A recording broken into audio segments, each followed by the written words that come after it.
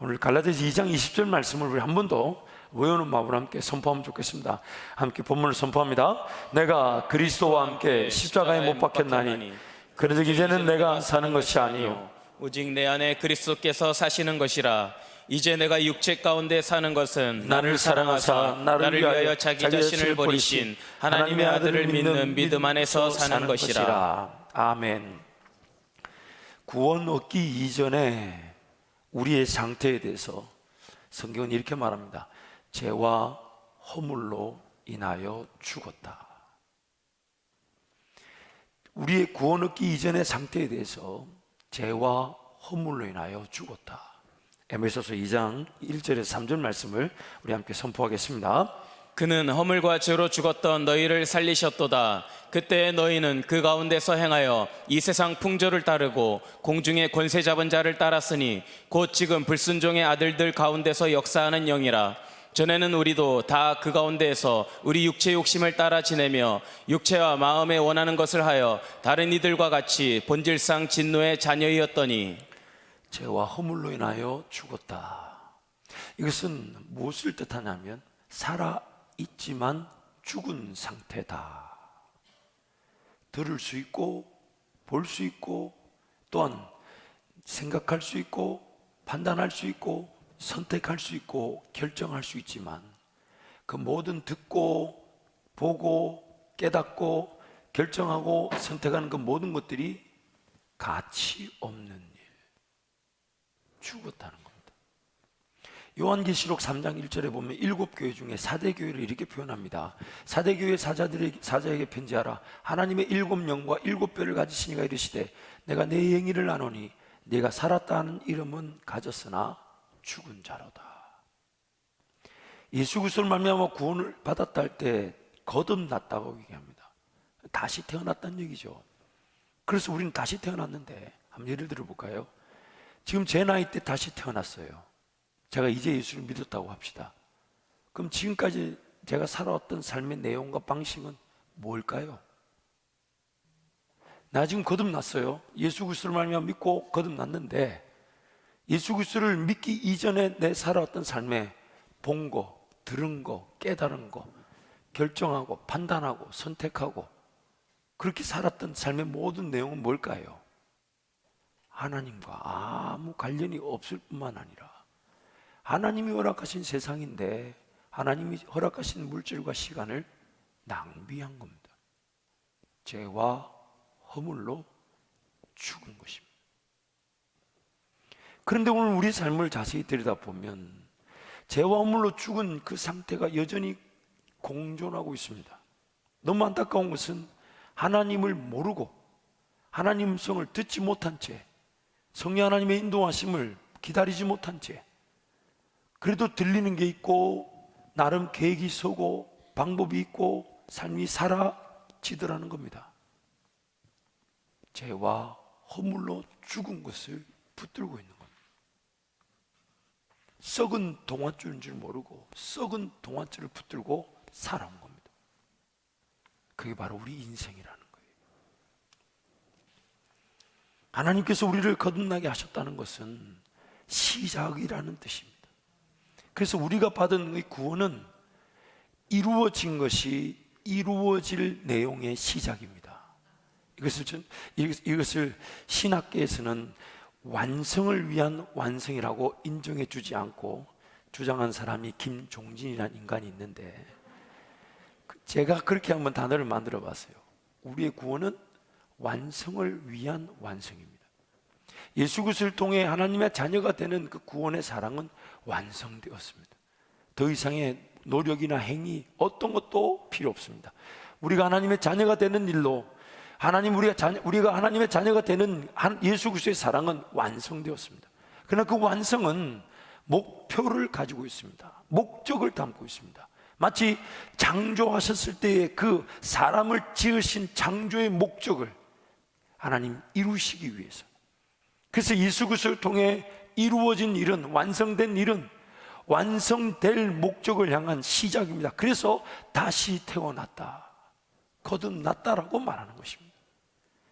그리고 갈라디아서 2장 20절 오늘 본문 말씀을 한번 읽어보면요, 그 안에 이루어진 일과 또한 이루어진 일을 시작으로 해서 이루어져 가는, 이루어질 내용이 포함되어 있습니다. 완성된 것과 완성을 시작으로 예수 그리스도를 통한 그 일이, 완성된 일이 완성을 향하여 이루어지게 되는데, 우리 한 번 더 선포하겠습니다. 내가 그리스도와 함께 십자가에 못 박혔나니 그런즉 이제는 내가 사는 것이 아니요 오직 내 안에 그리스도께서 사시는 것이라. 이제 내가 육체 가운데 사는 것은 나를 사랑하사 나를 위하여 자기 자신을 버리신 하나님의 아들을 믿는 믿음 안에서 사는 것이라. 완성된 것, 이루어진 내용은 무엇이냐면, 내가 그리스도와 함께 십자가에 못 박힐 것이다가 아니라 박혔다는 겁니다.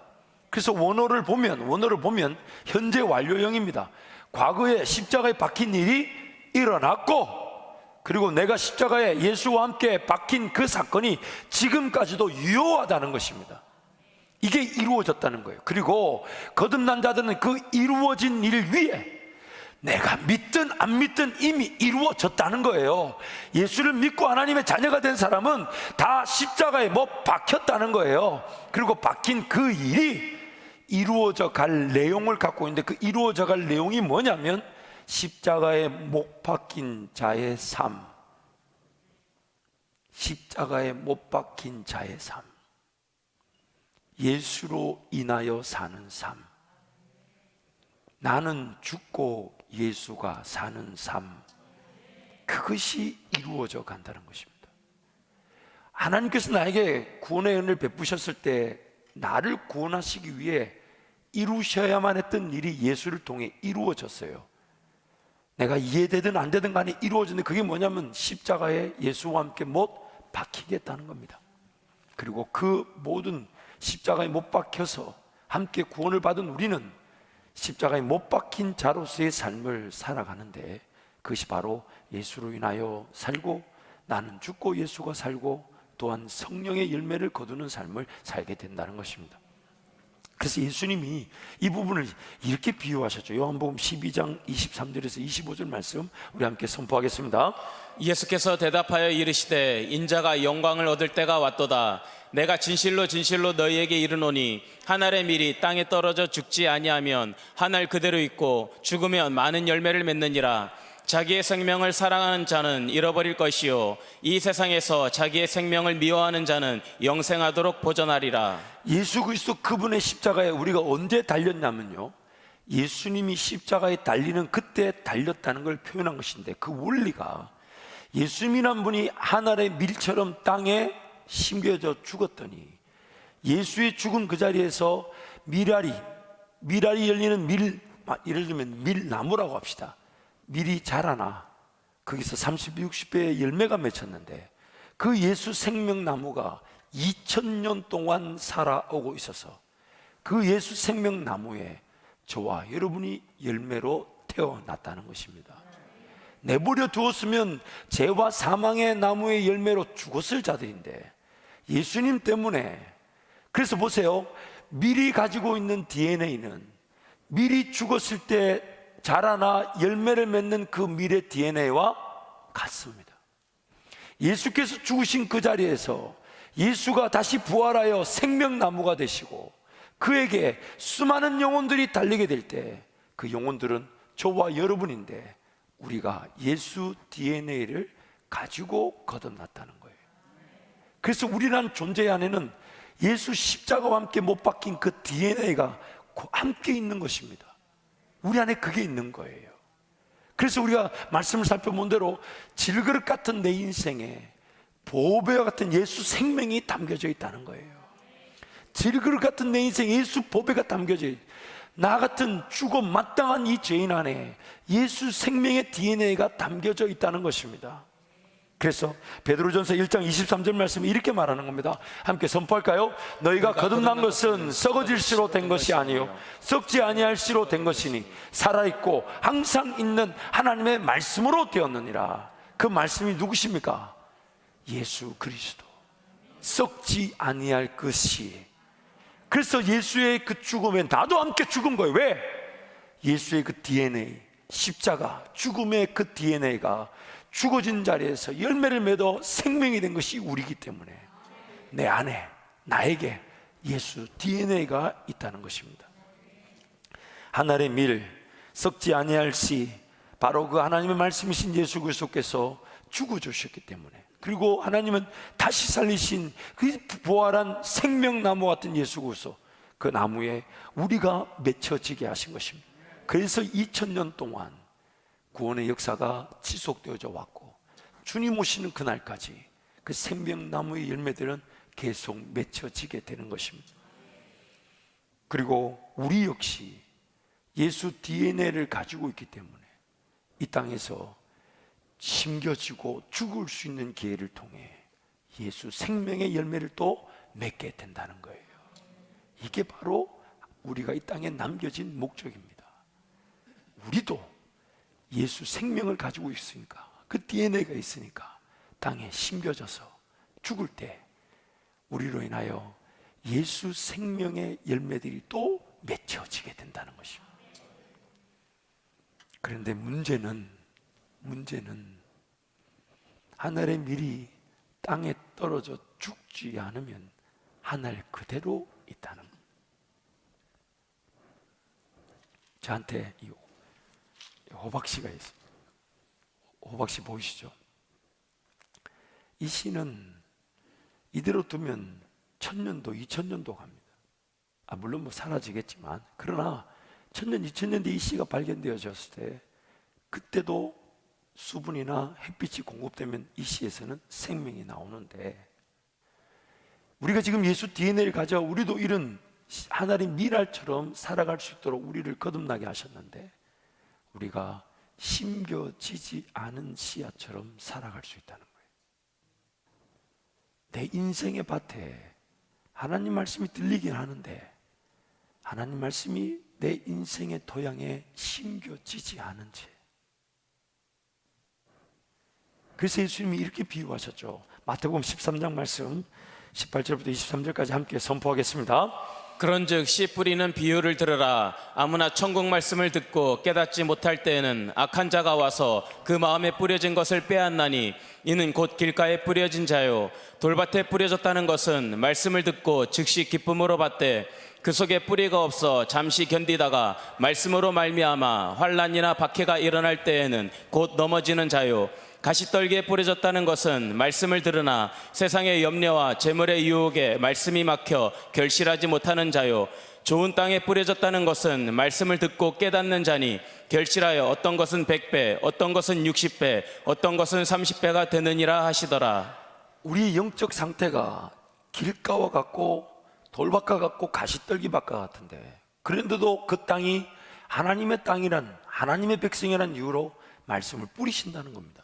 말씀을 뿌렸는데 그 말씀이 제대로 심겨지지 않고 죽어지지 않아서 그 말씀이 자라지를 못한다는 거예요. 그럼 우리가 가진 영적 형편이 바로 이렇다는 겁니다.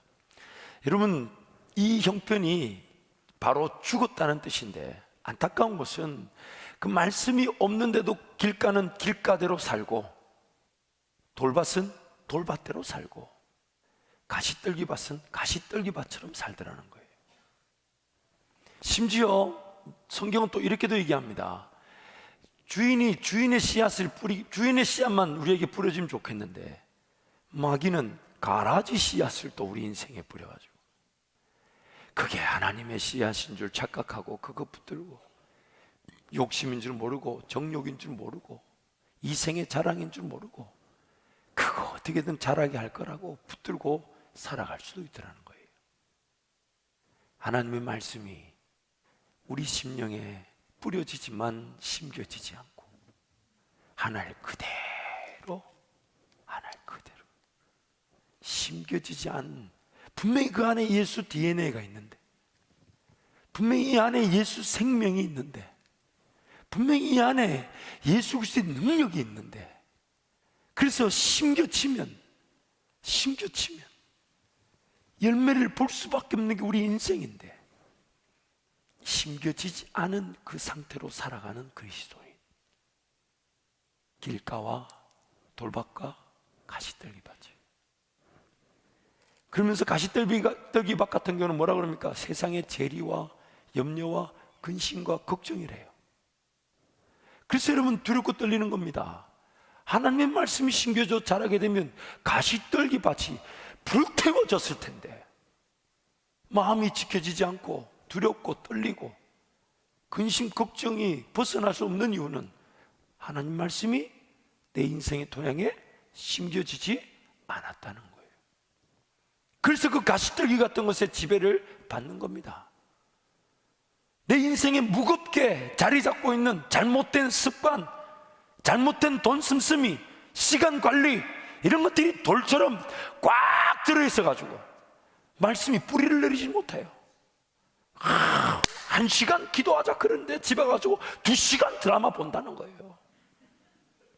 무거운 돌이에요. 그렇게 하나님께 기도하고 은혜를 구하자 하는데도 잘못 길들여진 인생이 더 습관이, 문화가 더 무겁게, 더 중요하게, 더 무게처럼 내 인생에 자리 잡고 있는 거예요. 어떤 분이 그러시더라고요. 목사님 설교만 듣고 나면 자꾸 리모컨만 다시 사게 된다고. 여러분, 오늘 우리 삶이 이럴 수 있다는 겁니다.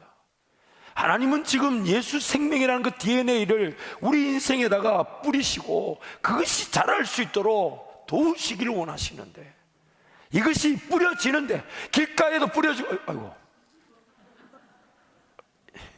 길가에도 뿌려지고 돌밭에도 뿌려지고 가시떨기 같은 내 인생의 밭에도 뿌려지는데 이게 심겨지질 않는 거예요. 그리고 말라 비틀어져 있는 그 씨앗의 상태로 내버려져 있는 겁니다. 여러분, 오늘 우리 삶을 그렇게 표현하죠. 질그릇에 같은 내 인생에 예수 보배가 담겼다. 이거를 예수님이 돌아가시기 전에 한 여인의 향유 옥합 사건을 통해 분명히 보여주셨습니다. 한 여인이 예수께 와서 그의 발 앞에 옥합을 깨뜨립니다. 왜냐하면 그 안에 향유가 담겼으니까요. 고린도 말씀에 의하면 우리는 그리스도를 나타내는 향기다, 그리스도를 아는 냄새다, 그렇게 표현합니다. 그래서 우리는 향기인데, 향기란 말은 구멍이 열려 있는 통에다가 담아두나요? 구멍을 닫아놔야 되나요? 남성들은 잘 모르실 수 있어요. 향수라는 것은 봉합이 되어 있어야 됩니다. 그래서 예전에 옥합은 다 봉합되어진 향유, 그래서 그 안에 있는 향기, 향유가 터져나오기 위해서는 반드시 옥합이 깨어져야 돼요. 그것이 오늘 성경에서 뭐라고 얘기하냐면 나는 죽어야 된다는 겁니다. 그것이 오늘 우리가 살펴본 대로 하나님의 음성이나 인도하심을 듣지 못한 채도 결정하고 선택했던 나의 모든 인간적인 것들이 거절돼야 된다는 거예요. 가치가 없는데 가치 없는 걸 붙들고 살아서는 안 된다는 겁니다.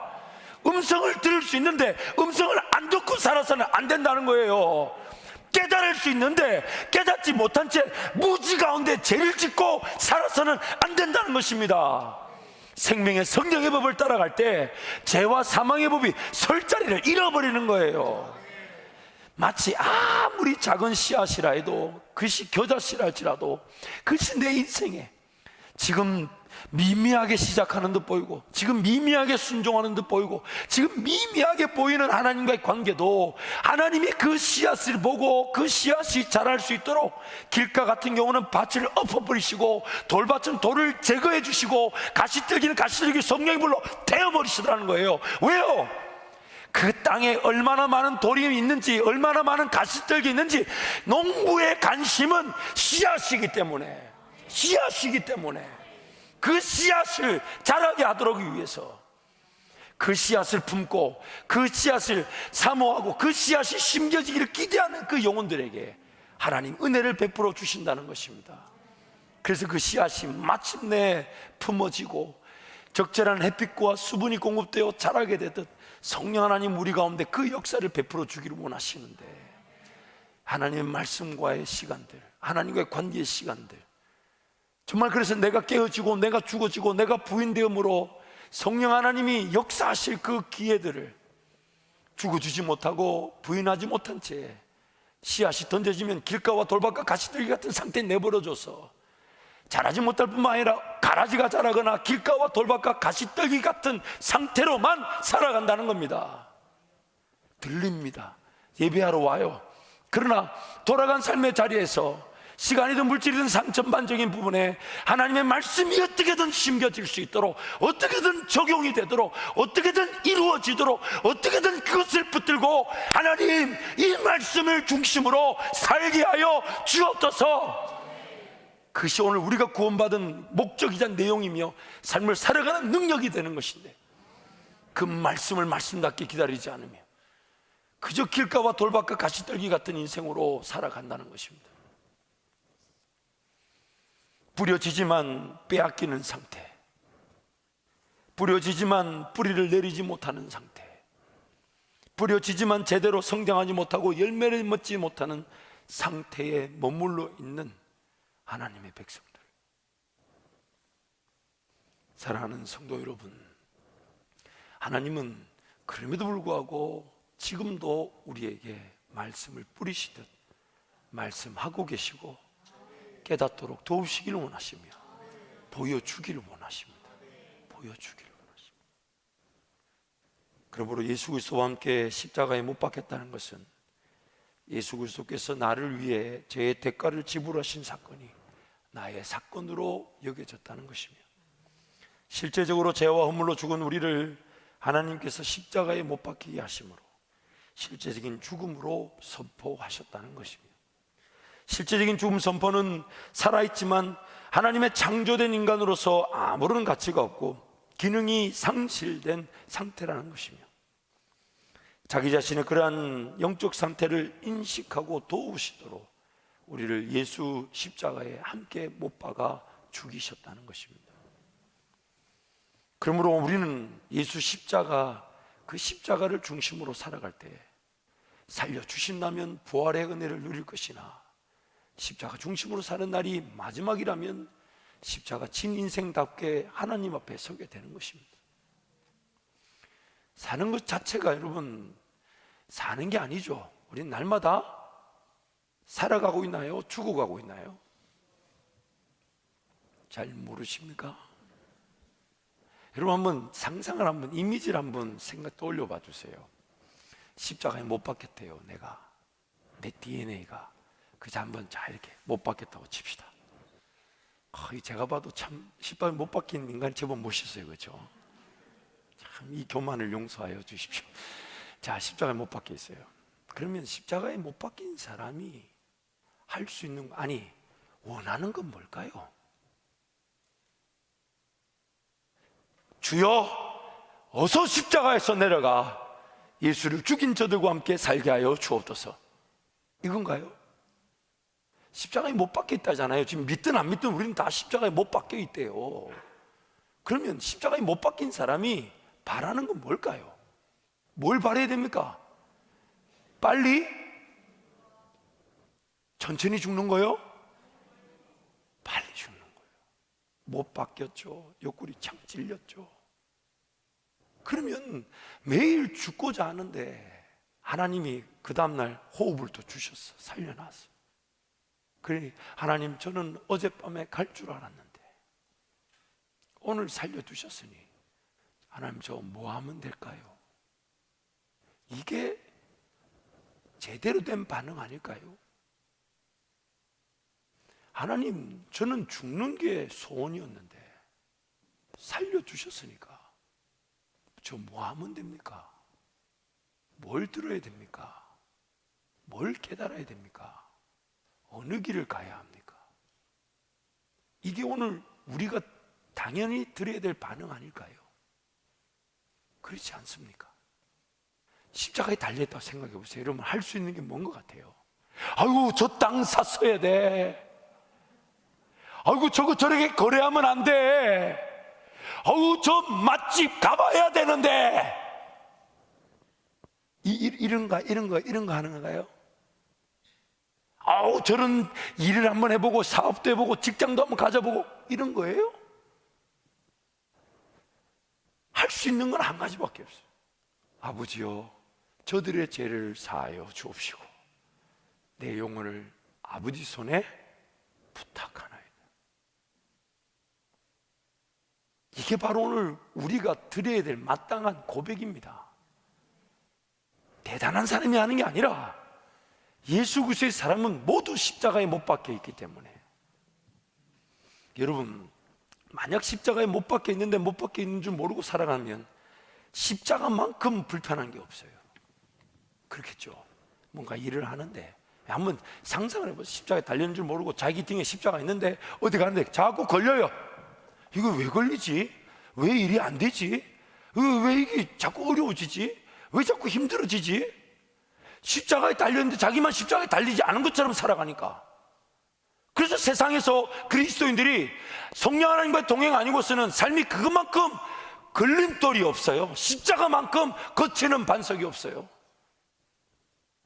십자가만큼 나를 불편하고 힘들게 만드는 게 없어요. 열심히 살아보려고 했는데 뭐가 자꾸 안 돼요. 왜 안 될까요? 왜 안 될까요? 십자가.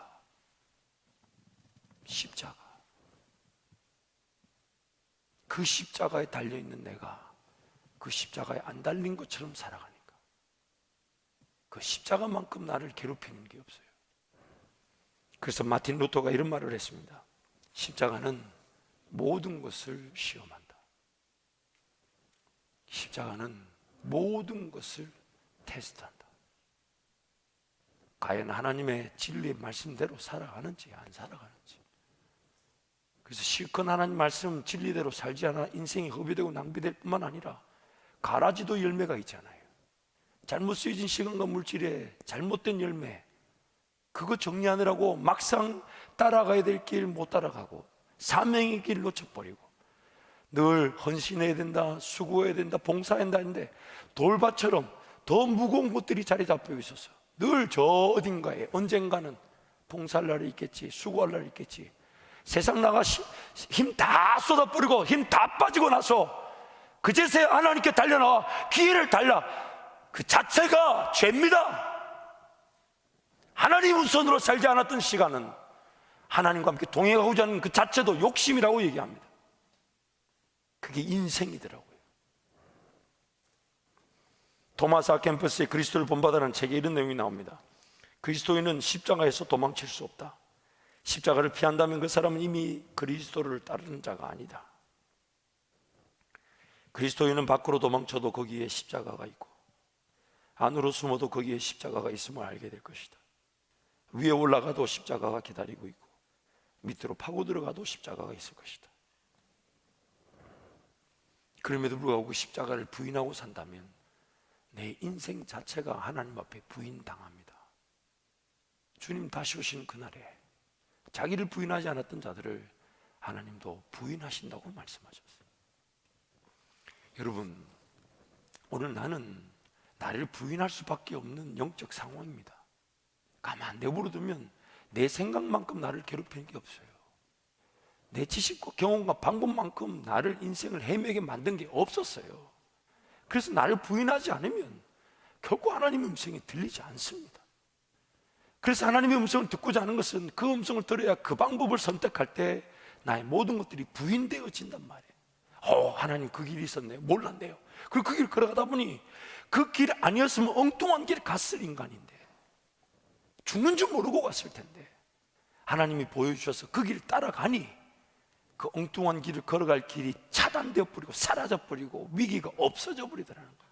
마치 씨앗이 심겨지면 그 제대로 된 씨앗이 나중에 나무가 되어 그 땅을 차지하면 가라지 같은 게 뿌려질 만한 땅이 사라지는 것처럼 생명의 성령의 법을 따라가면 죄와 사망의 법의 그 위기와 그 어려움이 해방되듯 없어지는 것처럼 오늘 우리는 십자가를 지고 주님을 따르는데 나의 영적 형편, 정말 이 가치 없는 것들을 붙들고 썩은 동아줄인 줄 모르고 붙들고 가는 내 인생, 그래서 나를 부인할 수밖에 없는 게 인생인데, 그래서 제대로 부인할 수 있도록 십자가에 달아 놓으셨는데 부인하지 않고 십자가 달린 줄도 모르고 살아갔던 인생이 가장 힘들고 무거운 겁니다.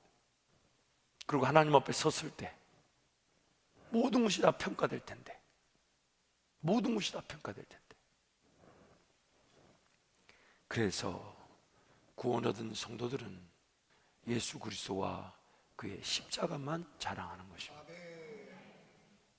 그래서 구원 얻은 성도들은 예수 그리스도와 그의 십자가만을 자랑하는 것입니다.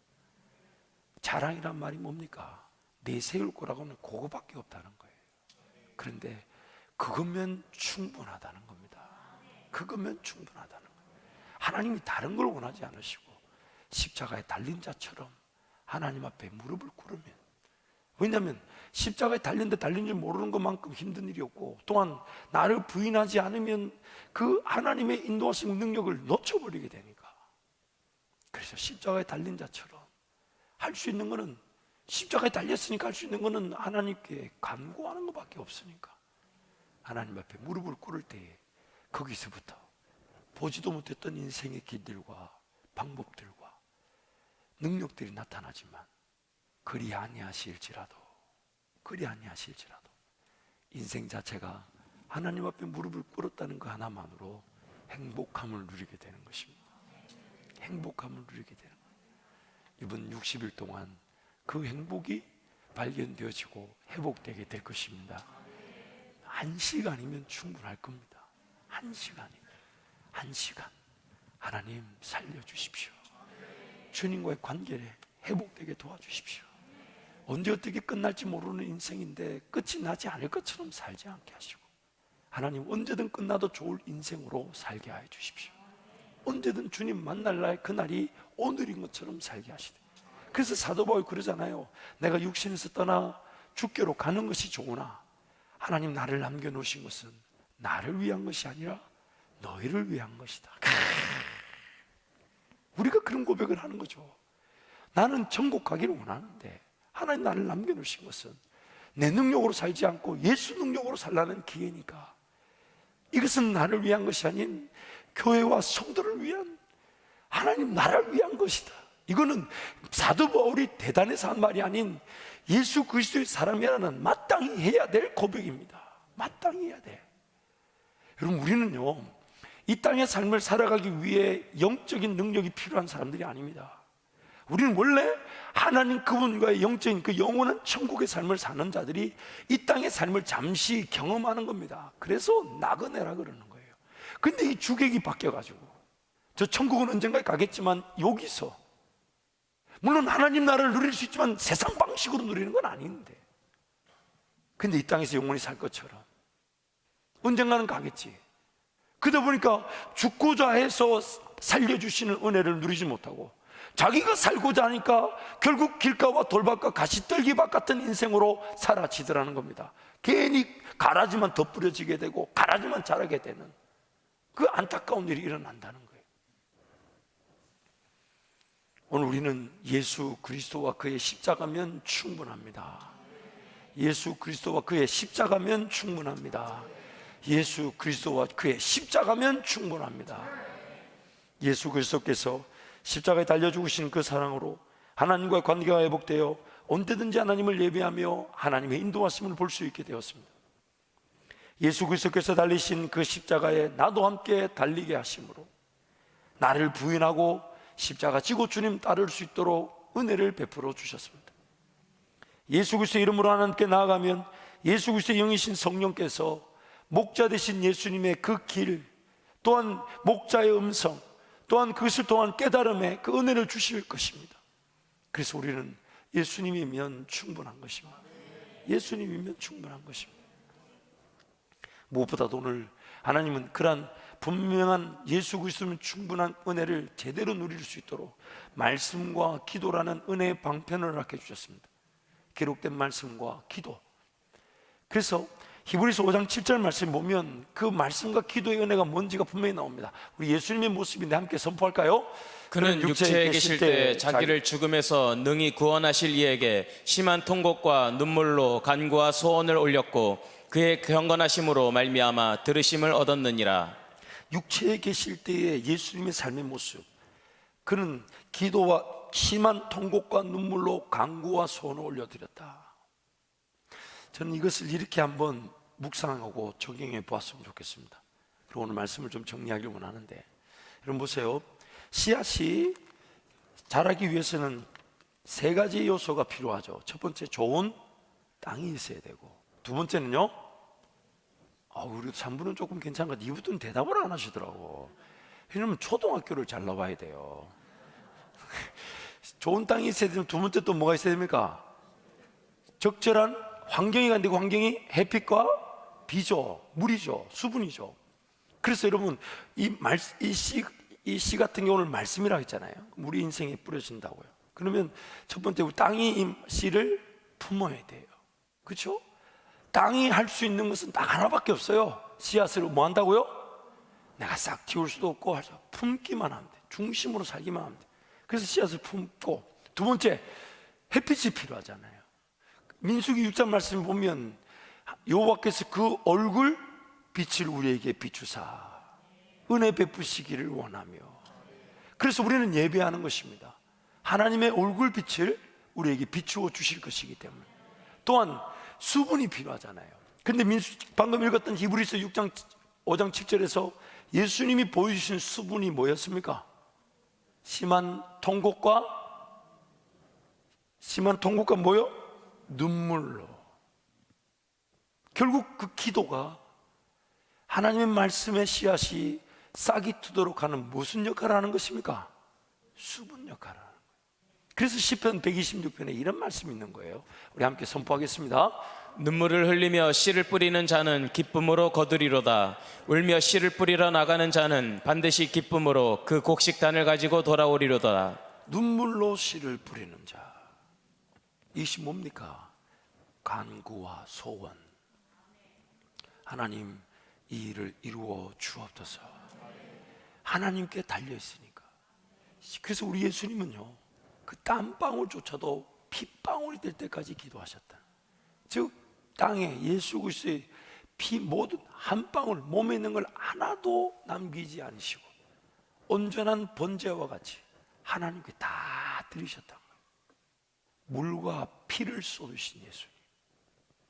그러므로 오늘 우리 삶에 하나님의 은혜의 방편은 하나님 말씀을 듣고 그 말씀이 나라는 인생의 토양에 심겨지도록 시간을 구별하고 물질을 구별하고, 거기 그건 아무리 작은 땅이라도 시작하면 되는 거예요. 60일 생각하면 멀지만 오늘은 가능하잖아요. 그렇잖아요. 60일 길게 생각하지 마세요. 그냥 오늘을 60번 한다 이렇게 생각하면 돼요. 가면서 이것도 좀 어렵게 느껴지는, 다시 한 번 더. 그냥 오늘 1시간, 내일도 하나님 은혜를 주시면 할 줄 믿습니다 하고 내일 가면 또 1시간. 그러나 그것이 인생의 무거운 돌들이 제거되어지는 더 무거운 우선순위가 된다면 그 토양 안에 말씀이 자라기 시작하고, 토양 인생이라는 전만의 부분에 뿌리가 쫙 내려가듯 말씀의 지배를 받으며, 또한 그 나무가 쫙 자라주고, 방금 전에 심었던 겨자씨는 분명히 작은 거지만 시간이 지나니까 공중의 새가 깃들 만큼의 나무가 되고, 그 나무에 그 겨자씨가 얼마나 많이 맺히겠어요. 그럼 그 겨자씨로 지경이 넓어지는, 그래서 그게 영향력이 되는 겁니다, 여러분. 아니면요, 제 영향력은 지경이 넓어지는 게 아니라 지경이 더 좁아져요. 그렇잖아요. 길가와 돌밭과 가시떡인데 거기다가 조금 있는 땅도 가라지가 자리를 잡아버렸어요. 더 심을 데가 없고 더 동행할 기회가 없어요. 그러나 작은 것이라도 심겨지기를 원하고 하나님 은혜를 구한다면 성령 하나님 거기에 햇빛을 공급하시고 비를 공급하시듯 기도의 기회를 주셔서 자라게 하셔서 인생 전반이 말씀의 그런 그늘 아래 거할 수 있도록 도와주신다는 것입니다. 이 시간 한번 동성으로 같이 한번 기도하겠습니다. 여러분, 오늘 하나님 말씀 우리 인생에 던져지는데 심겨지지 않은 상태, 즉 하늘 그대로 있는 상태, 그러다 보니까 결국 길가와 돌밭과 가시떨기밭 같은 인생을 피할 수 없는 것입니다. 하나님을 예배하는데도 세상의 염려, 근심, 걱정에 벌벌 떨고 두려워하고, 하나님을 섬긴다는데도 불구하고 돌밭과 같이 나를 짓누르고 무거운 것들에 사로잡히게 되며, 하나님을 섬긴다는데 마귀가 와서 채가는데도 채가는 줄 모르고 살아가는 게 인생입니다. 그래서 오늘 하나님 우리에게 말씀하십니다. 십자가에 달렸다, 못 박혔다. 그런즉 이제는 내가 사는 것이 아닌 오직 내 안에 예수께서 사시는 것이다. 그러므로 여러분, 이 시간 하나님께 은혜를 구하면서 하나님, 제 인생에 하나님 말씀이 제대로 심겨지게 하여 주옵소서.